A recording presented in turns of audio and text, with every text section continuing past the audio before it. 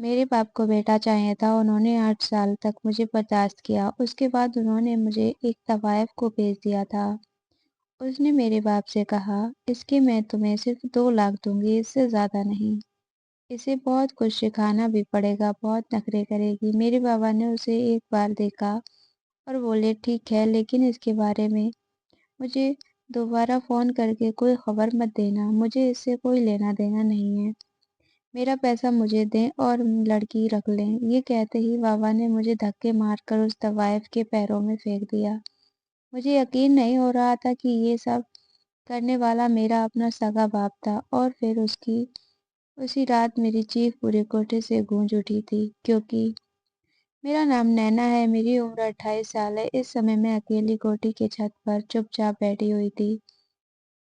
میرے آس پاس کوئی نہیں تھا۔ جب بھی مجھے اکیلا پن محسوس ہوتا، میں کوٹھی کی چھت پر آتی۔ یہاں آنے کے بعد مجھے ایک الگ سا سکون محسوس ہوتا۔ یہاں آنے کے کچھ دیر بعد میں اتیت کی یادوں میں کھو گئی۔